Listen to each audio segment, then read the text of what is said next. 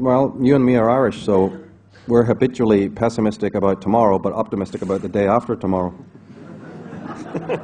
So that's the answer. And I think, but to be more serious about it, oh, by God, if consciousness is left at the door, which I tend to think is happening, yes, then, we have to be realists and go, but at the same time, there is a turning of the tide now where consciousness and the understanding of our personal responsibility in all of this, and not finger pointing, it's them, it's over the hill.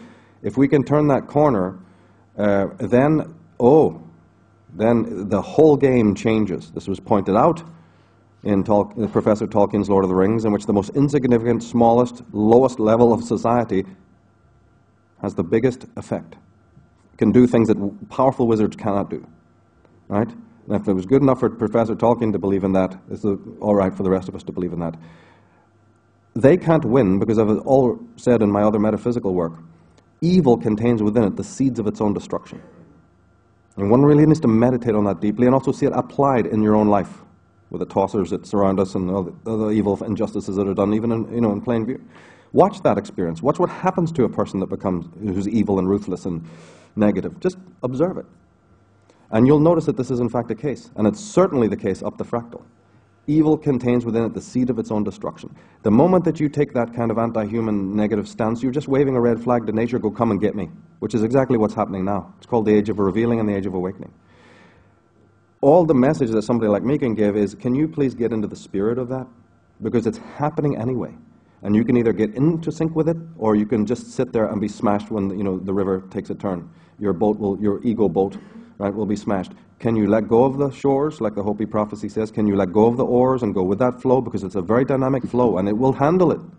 What happens with us is that we think, oh my God, what's little old me going to do? It's really difficult, and then it becomes like you're suddenly taking it personally, as if your ego is going to be able to run out there like in the old days, grab a sword and do something about it. We have no capacity in that realm. It's a mixture between tremendous responsibility and self-awareness of it, but at the same time the ability to, as Neil was saying, go yin. Let go and let the higher force guide you, because without that guidance, you're pottering around is like a kid with a giant sword, playing games. A higher form of guidance and a higher form of strategy takes care of this. It doesn't mean abnegate your responsibility, but it means try to always remain with your head in the clouds but your feet on the ground. This is both a physical war, but it's also a psychic one. And the guidance that comes to you is the most important thing, and it will show you where to go and what to do about it. And that kind of particular guidance I'm talking about is not the same kind of sorcery that the Black Lodge has. They have high intelligence, and they have tremendous human knowledge about us on the most fundamental levels. But they lack that connection to the higher intelligence, and that's their ultimate downfall, together with what I said about evil having the seeds of destruction within it. You choose that road, and you will be terminal. You choose the organic, living, feminine, flow of the Tao, and no matter what tyrannies exist in the world, no matter how things get bleak, even if things got 10 times as bleak as they are now, worse, like a prison planet, really and truly, as long as you're with that flow, you're in your center, and it doesn't matter, you see. So it's all about where you are, and they can't inhabit that place, which is why they want dominion, right, over the world. If you can't rise yourself, what's the next best thing? Push everybody down. You're actually remaining exactly where you are, but you've done a good job, like the teachers and bastards we have to deal with every day.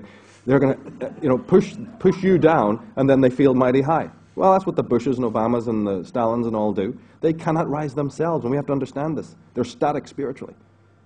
And the moment that you start doing your spiritual homework, the moment that you do your spiritual homework, you are then on the road to victory. That's the basic way I see it.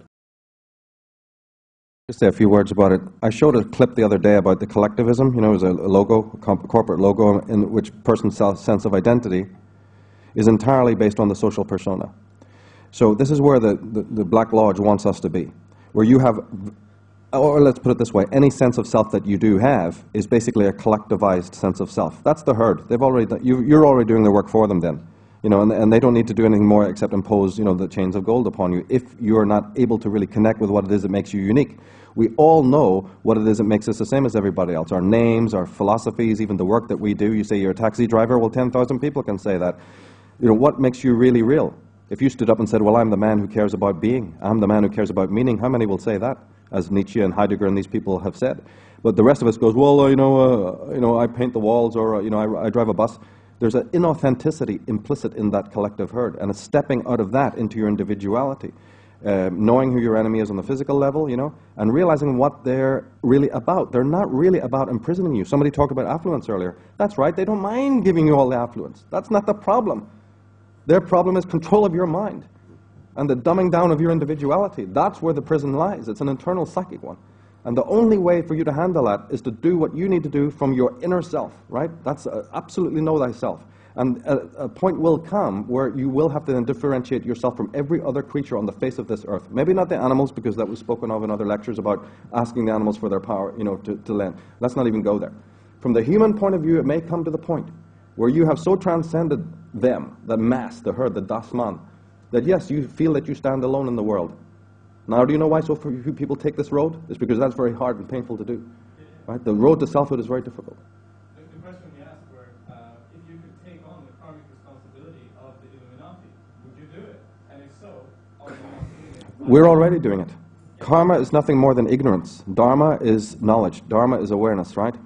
Ignorance is what they're in. They're in a form of ignorance. Like I said, they've chosen a road, and ultimately, metaphysically speaking, that's a road of ignorance. By sharing the ignorance or being under the force, under their dominion in any sense of the term, right, which is ultimately meaning that you believe everything they're saying and you don't think for yourself, then you are in a state of karma, as worse than theirs or whatever. You can't measure it. Ignorance is ignorance, regardless if it's on a massive scale, right, of Big Brother, or on your individual scale. You know, the time has come now, though, for the human race to wake up and grow up. And there's a sovereignty and individuality involved in it. Let's go with it. Let's enjoy it. Let's be grateful for the fact. You know, raise a glass of wine in your garden and celebrate the fact that now has come the final time, either because of the affluence, either because of the historical period we're in, because the tyrants have changed their tactics, whatever. All of that is pertinent. But the same fact remains that some other historical action is taking place, in which the world now, through the internet and through whatever, is getting this kind of information. Celebrate that. Be very grateful for that. And at the same time, always, always, always congratulate yourself for coming as far as you do. It'll negate the pessimism that you may have, you know, and it will really give you enthusiasm to carry on in the future. It just makes you wonder what has been done in the name of this preposterous lunacy. It makes you weep. It makes me weep. I take this very seriously.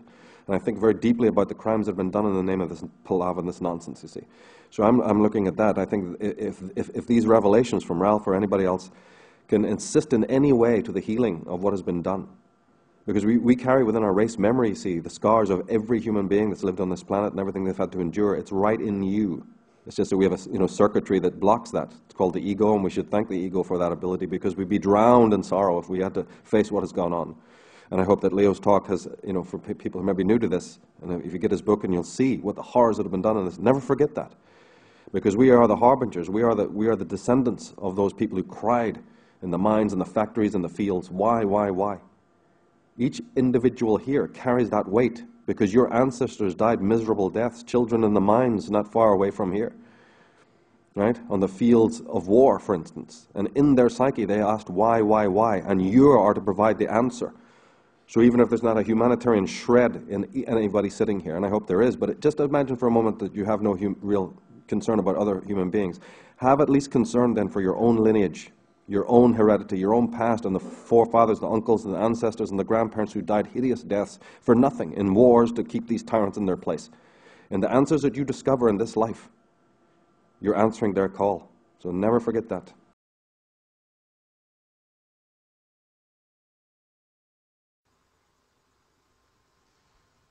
We enslave others to our needs. Bruce Lee said something. He said that each moment that passes changes you. You cannot even own yourself. How can you ever hope to own anyone or anything else? You're passing through. You're in this moment. You must be in the now as a selfhood, because there is going to be this change coming.